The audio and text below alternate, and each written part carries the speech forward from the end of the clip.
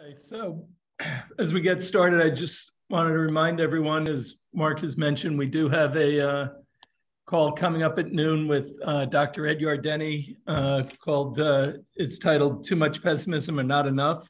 And he's going to give a very balanced view of what can go right and what can go wrong for this year and for the next decade. So if you get a chance, feel free to join. If you can't, there will be a replay posted on our website and we can get it out to the group. So today I'd like to talk about a report from the IMF. So the title of the report is Gloomy and More Uncertain. That's not my title, it's theirs, of their latest World Economic Outlook, which they released last Tuesday. So there's a downshift in growth from the report that they highlighted, growth coming off about 3% versus last year, but from April, they downgraded growth by 0.4% just in that last quarter. And that's a reflection of a lot of the negativity that's come out, whether it's due to the war or the pandemic or just the inflation pressures and the slowdown that exists today. But it's interesting, the advanced economies are really taking it pretty hard in this and out into next year as well. I think the reasons for it are couple-fold. Where the big areas of growth declines are coming from is in the US, which they have downgraded by 1.4%. For this year, they've downgraded Europe a bit, and China was downgraded quite a bit. And I'll talk about each of them more. What's interesting to me is the way the IMF does the reporting. A lot of it is self-reported by the governments, what their expectations are for growth. And this, you can see from the chart that the US is, for next year, showing a 1% growth, where Europe, the Euro area, is showing a 1.2% growth rate. I would be surprised if the US is growing at a slower rate next year than Europe does. So I think this is just some of the optimism or pessimism that the governments are reporting, but it's not a great look for the advanced economies as to where we are. I think where the big challenges are with the US is really about the tightening financial conditions. It's about the inflation pressures that we're seeing and the slower growth. For the Euro area, it's really the spillover effects from the war, when you add to it the higher inflation levels and other issues that they're going through, with added to that the political fragmentation and leadership changes that are going on. I think the big area that's the third area for the decline is really China. I think with China, we're looking at the lockdowns, we're looking at their real estate issues, which are really starting to come to the fore and creating some heavy issues on the government and on their lenders, and how that plays out is going to flow back, I think, pretty heavily on the governments. And then there's other areas that we can talk about in a minute as to where the slowdowns are coming from China. But as you look at the numbers, we're seeing slower growth, but not really the signs of a recession, even though there's some recessionary numbers coming through a lot of the PMI reports that were released yesterday. I think their big surprise in the big area that the markets have not really fully appreciated is how swiftly the change has been in the global inflation forecast. You can see on the headline levels, it's moved up quite a bit, but 6.9% inflation is where 6.6% is where the core number is. And that's up about 0.9% from previous reports. So you're seeing some challenges there that persist. But what's interesting is how consistent the outlook is for 2023 to see a easing of inflationary pressures. I'm not sure that the easing is going to be as much as everyone thinks, but this is an interesting take on, are we reaching peak inflation, which will be very important for getting asset values to be hit a level that you can start to see a return to more solid foundation. I think China's a big wild card, and I think we've seen a number of issues with China with the COVID issues playing out, but they just had a PMI number yesterday that showed that they were in contractionary levels at 49%.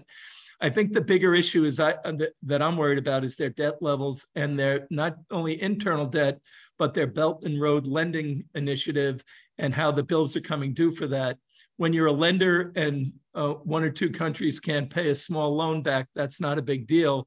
But if all the emerging economies that they're lending to are under pressure, what does that do to their loans there? And what does that do to the whole idea of the Belt and Road Initiative being a help rather than a hurt to so many nations, providing an alternative to the US form of support? So I think this is a really interesting play, and one of the big questions that we have for the global economy for the rest of this year and into next year with the Party Congress coming for President Xi. I think the world, though, is still feeling the effects of higher food and energy prices. I think that food is going to be a tougher challenge. I think energy we could solve if we came up with consistent policies that allowed the producers of both renewables and fossil fuels to understand the rules of the road for beyond an election cycle and to be able to make the investments they need to make the transition work in an effective and efficient way. But because of the herky-jerky policies that we've put in place, very hard to get this thing to move forward the right way. But I think those are the two areas that are going to continue to weigh on the global economy until we get better policies in place and get this right. I think Europe is in a tough spot, and we said they're over the barrel here. I think for all the praise that I would shower on Angela Merkel for her great leadership over the years, the one area that she dropped the ball on is the over-reliance on Russian energy for Germany in particular, but for Europe overall, and the not having the foresight to see what would happen if we had a bad turn where the pumps were shut down. And I think that's going to weigh on the German economy, but one of the bigger concerns for us with the German economy is if we get into a period where factories start to shut down for extended periods because they don't have the energy or they can't get the resources that they need to keep flowing, and that creates alternatives to it. What does that do to the German manufacturing engine that's been such a big driver of their economy for so long? Does it start to create cricks in the fourth largest economy in the world and the number one economy in Europe? So I think that that's one of the areas we have some concerns about. I think the other area that I've talked about a lot over the last couple of weeks is that when the Fed tightens, crises usually follow. And this is a look at emerging market debt and looking at the emerging market bond index, and the percentage of issuers in the blue line with yields above 10% is over 30%, 37% roughly.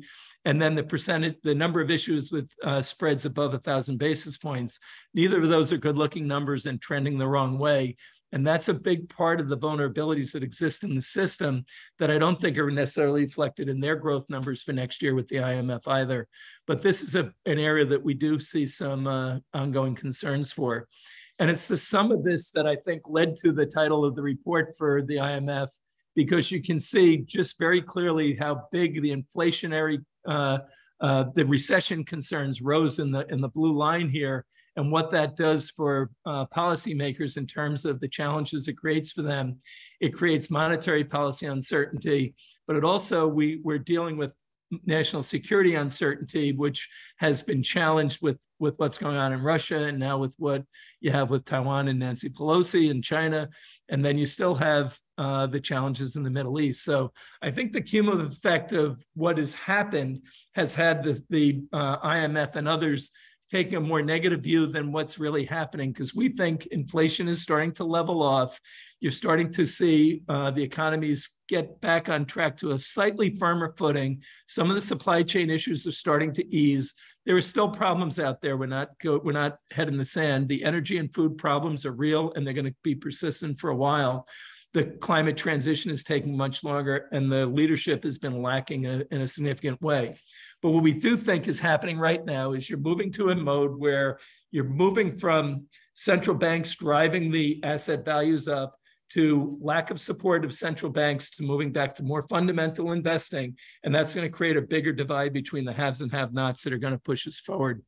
So I want to switch gears for a minute. And somebody asked a question last week. I don't know if it was Alan or Adam or Duncan, who asked about the Inflation Reduction Act, and do we have any scoring on that? I saw some early scoring, so I want to share with you the results. Penn Wharton did a budget model, and their view is that you're looking at $250 billion of deficit reduction over the 10-year window based on the current plan. They think inflation would go up for the next 2 years, but then decrease slightly, but not a material change there. They don't think there's any real impact to GDP for the next 10 years. And they would caution that if the sunset provisions in the bill are extended, that would reduce the impact of the deficit reduction considerably, making it only just shy of $90 billion over that decade, not exactly a big game changer for the world. Congress Joint Committee on Taxation did some initial scoring, and their view was that The 15% corporate minimum tax would have a big negative impact on the US manufacturers, where the bulk of that would fall on them. That average tax rates would increase in virtually every category, with about 17 trillion of tax hikes going to the lower income areas over that period. And the Wall Street Journal had a view in their op-ed yesterday where they suggested that if you have the corporate minimum tax at the same time you're trying to bring back the manufacturing of chips to the United States, that bill would reduce some of the benefits of that as we move forward. So this is where we get these policy conflicts where we're trying to hurry up and do something really well in one area, and then we turn around and take away on the other. Now, the administration said that the JCT is not scoring the benefits of lower healthcare costs and the lower deficits and lower inflation that would come from this. I would say Larry Summers was very positive on this on the news on Sunday when he was talking about it. He does think it'll slow inflation. He thinks it'll slow growth. That'll bring inflation down and allow us to get on a more natural track. I'm not sure that that the bill even gets put through as it stands, or how much change it's going to have. You need to have all 50 of the Democratic senators on board and voting and in person for this to get put through. I understand that one of the senators had 2 hip replacements and they're going to be wheeling him in. I wouldn't be surprised if the vote is this week that there'll be very few COVID tests done on any of the senators so that they can all go in and say that they can go in. But there is an issue whether they'll get the COVID, they can get the vote or not. So I think that's something to keep an eye on as well. This is a major issue for moving forward for the Democrats and could have a big impact on their momentum going into the midterm elections. The economy is still the big issue and people are very concerned about that. So they need some win here if they can get it. And then lastly, I just saw an op-ed from Howard Marx last week in the FT. Always love to read his thoughts. He's one of the best thinkers in the business. And he had some interesting comments here. I'll let you read them for yourself. But his main view is that people are too short-term oriented and they are too herd mentality. And if you keep that up, you'll only have average results at best. You have to be different and you have to lengthen your time horizon to be a successful investor. He thinks the short-term orientation is too great. I think it's not only great in the markets, but I think it's too great in Washington and in corporations right now. We have to get back to a longer-term view of trying to solve problems instead of the herky-jerky approach that we're taking. So Mark, I'm going to stop there and open it up for comments. Great. Comments, questions? I have a comment, Steve.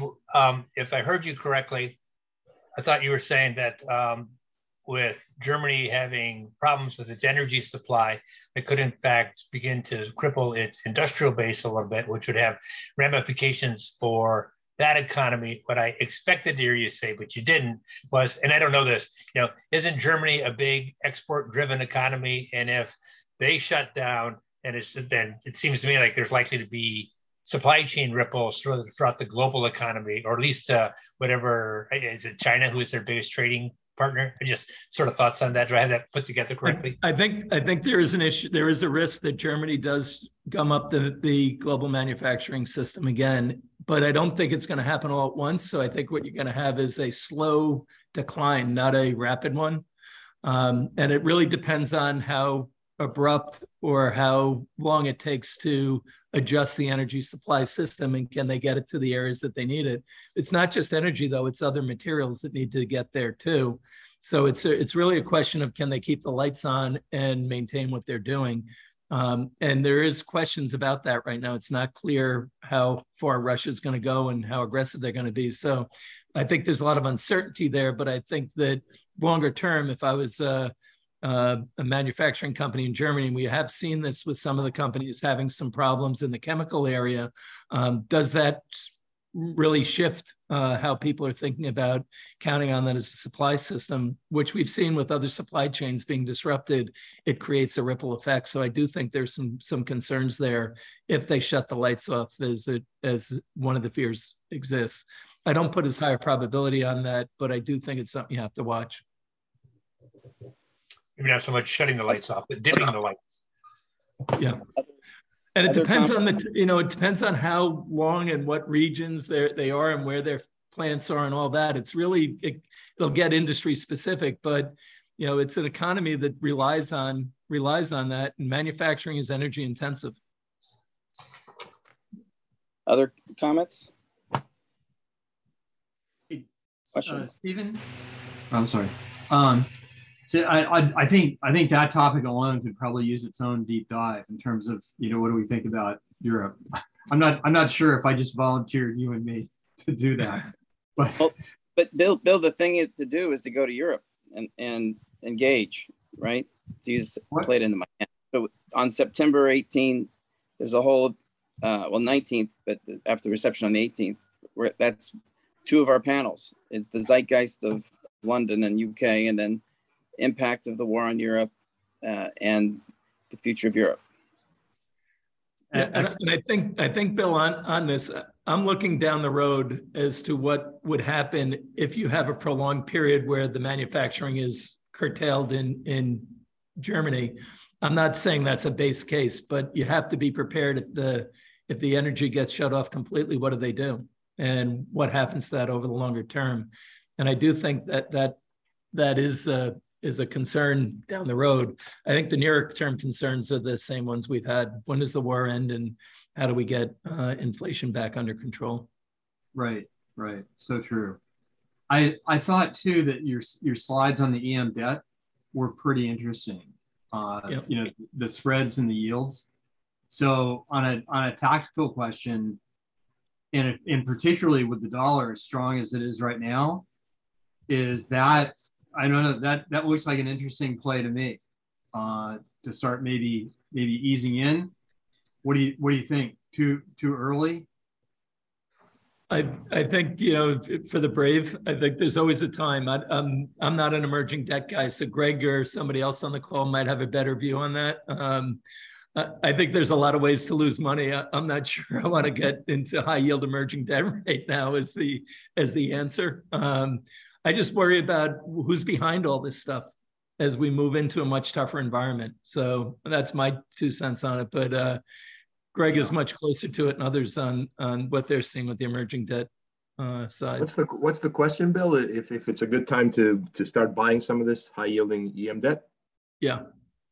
But I think that there's certainly countries that I think will not default, no matter how bad it looks. But remember, and we've been talking about this for the better part of 2 years. And what was really very interesting from the charts that Stephen put up is the one where the percentage of countries yielding higher than 10%. Look at the trend before 2020, and look at the trend now. And forget COVID. If you were to forget COVID, you would just have continued on that trend, right?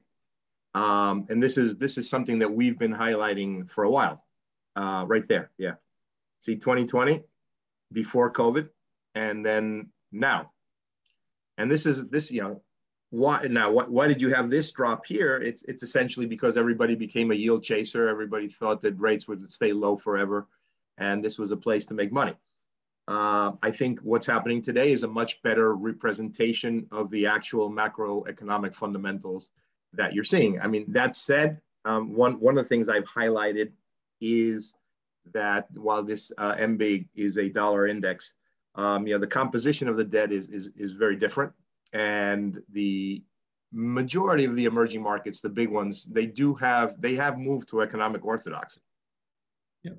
And so it's different. I think it's a different situation than in the past in terms of, will you have like generalized defaults across a region or many countries. So I think you got to pick, as with everything, you have to pick your spots.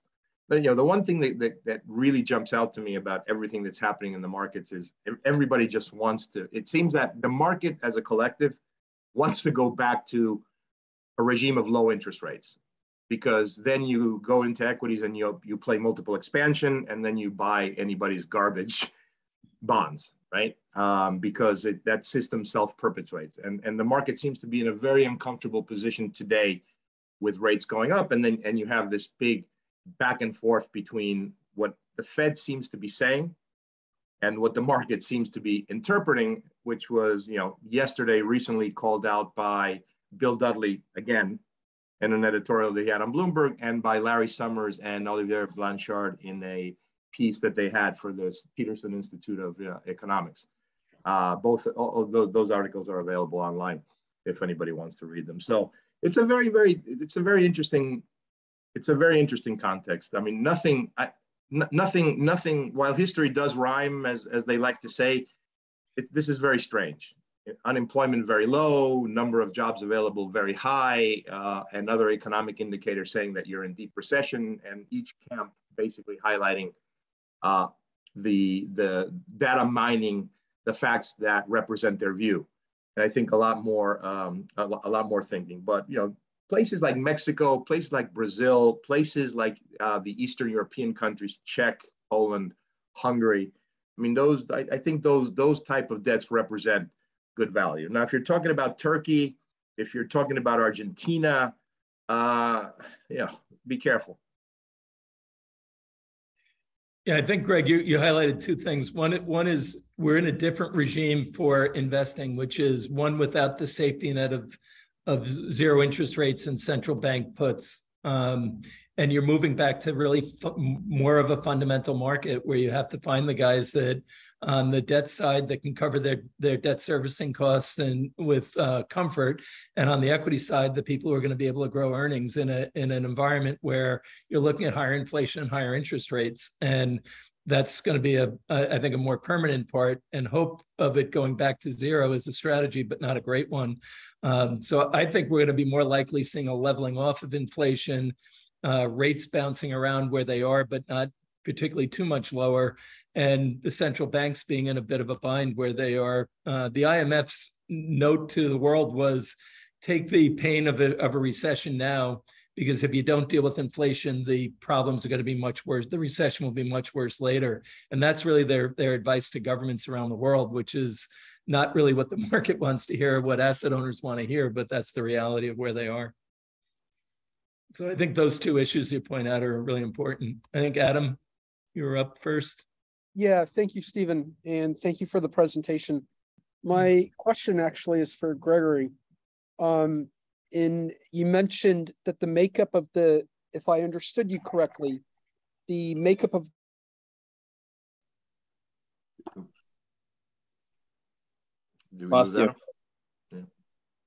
the emerging. Did you hear me? No. You're going in and out. Let's repeat the question now.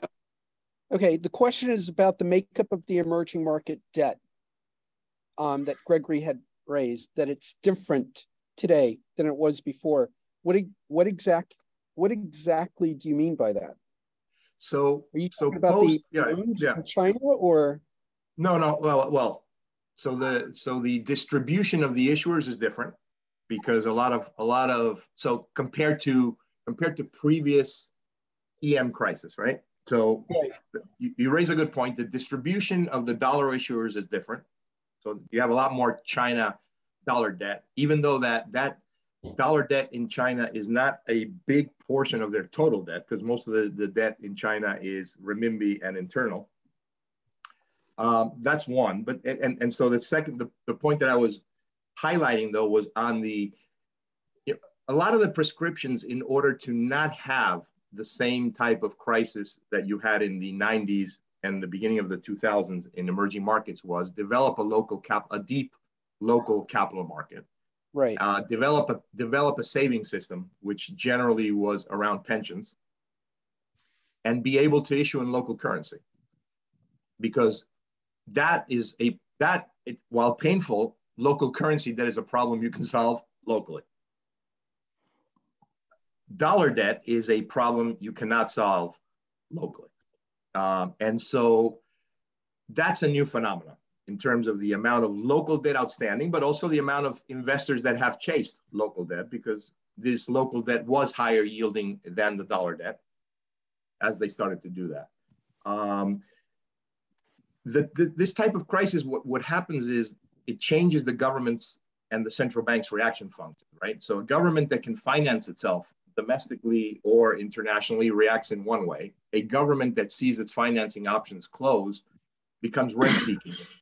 meaning that they can no longer fulfill their gaps with somebody else's money, so they start looking in other places, and mostly that goes into the domestic business community. So you see taxes go up, or you see these or you see compulsory bond issuances in local markets happen, and so we're dealing with a set of relatively new phenomena that the market hasn't experienced in, because this is relatively new. I'm saying I would point to the big change in all this around 2001 to 2003, really.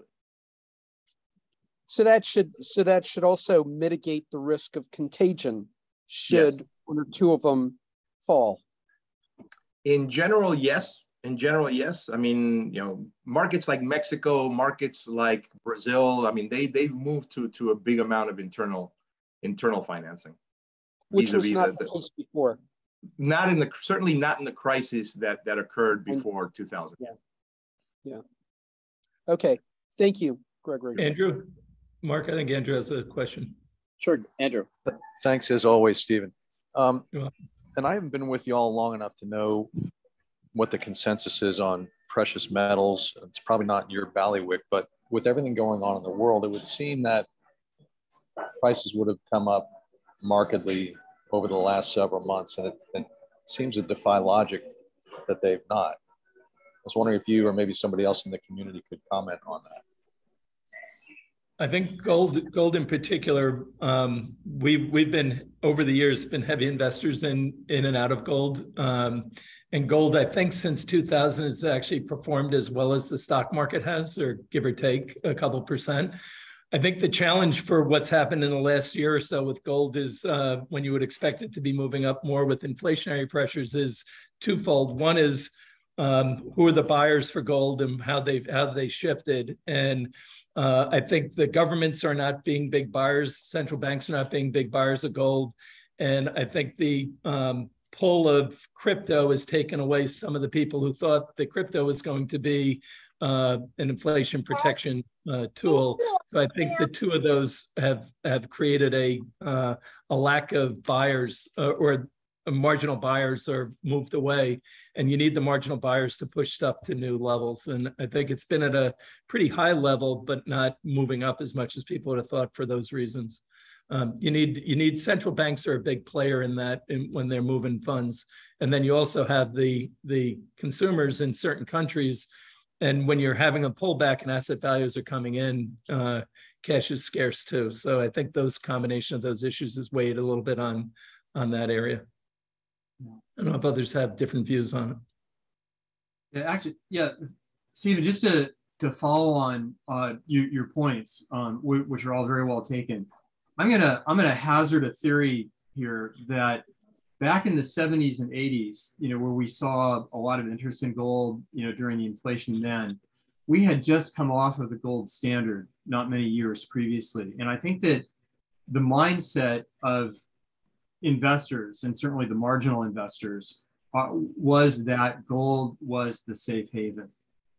Since then we've been, 40 years, 50 years, since that period of time. And an awful lot has happened, notwithstanding, the whole crypto potential alternative. But regardless of that, I think that gold to some degree has fallen out of the minds of the marginal investors, and that they don't perceive it in the same way that 1970s, 1980s investors did. So again, that is, that's very much kind of just, my take after, at the family office, we were heavily involved with that. And it was always a mystery to us why the price movements never corresponded to our expectations, nor to many of the experts that we consulted with. And so, and quantitatively, I've gone up, down, sideways, trying to figure it out with no avail. And so this is my latest working theory, and I'll throw it out there for the tomatoes. Does silver track with that theory, Bill? Yeah, I think, silver is a little bit different because it's more of an industrial metal than gold. But at the same time, I think, people would have thought that silver would have been, 30, 35, by now as well. And it hasn't. Bill, I do think central bank buying has been a big driver of the price movements in gold up and down. And I think they have not had the same activity that they've had in the past in terms of what they're doing. I think part of that comes from the sanctions on Russia and how people are handling their movements of currencies and reserves. And gold is part of that. And I think that might have been a factor too, that the sanctions might have played into how people are transacting with or without gold these days. Right. Yeah. Ultimately, gold is obviously not as a non-cash flow generating asset. In fact, it's cash flow negative if you are holding the bars yourself. And as such, it's perceived value. And it's whatever people perceive the value to be.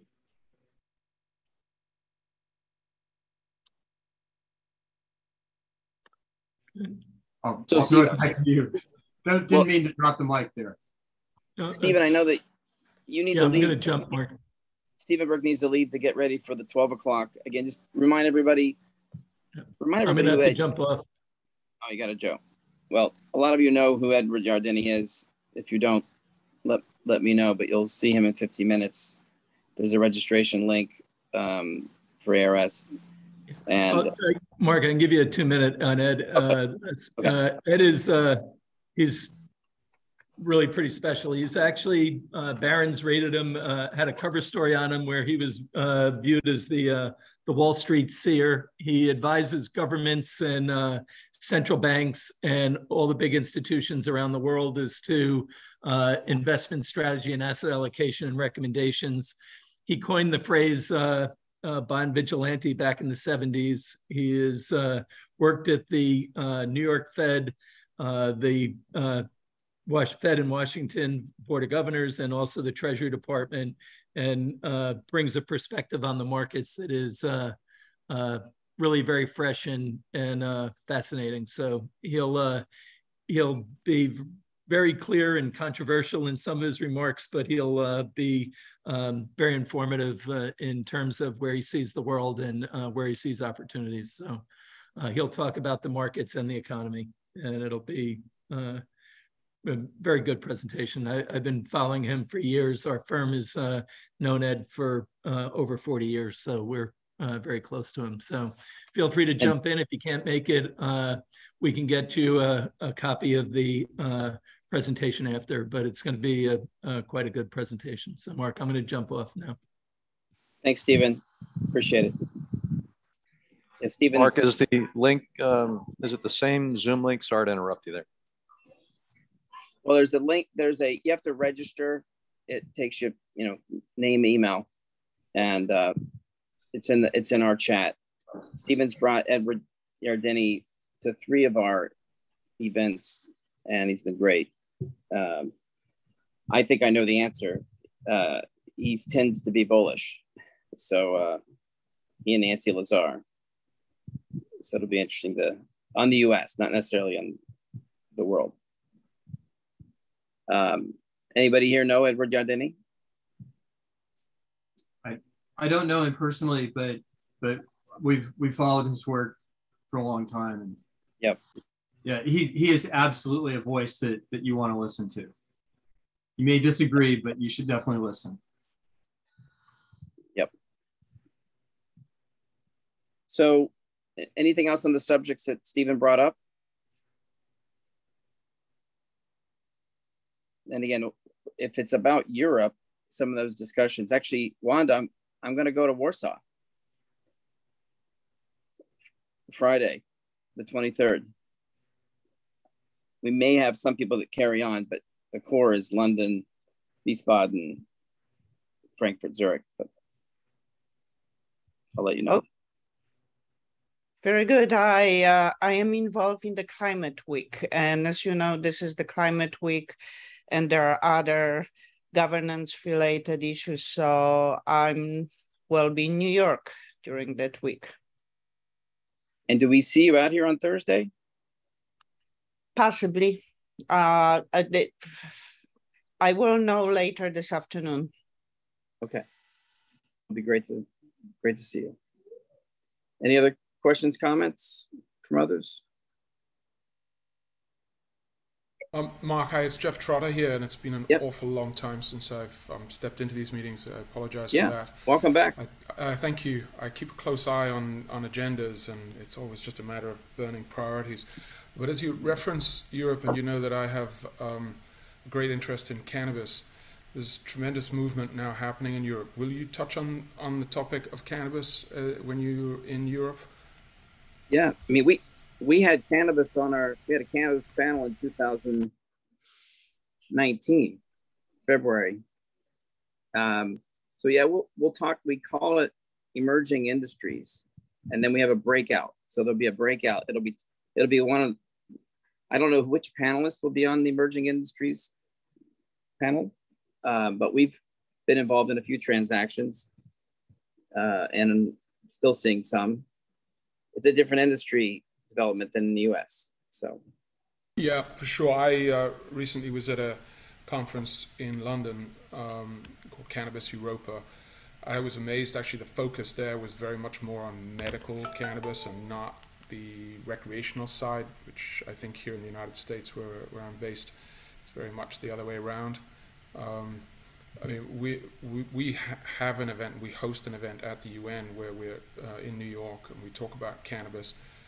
In May, we had a couple of different governments there. In the next one in October, and I'd love to speak with you and the crowd here to see if there's anybody interested in being in the room.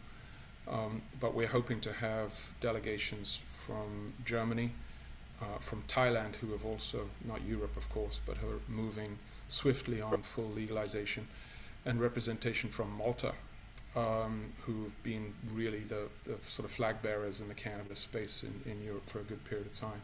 So separate reach out. I'll speak to you separately and reference that meeting coming up.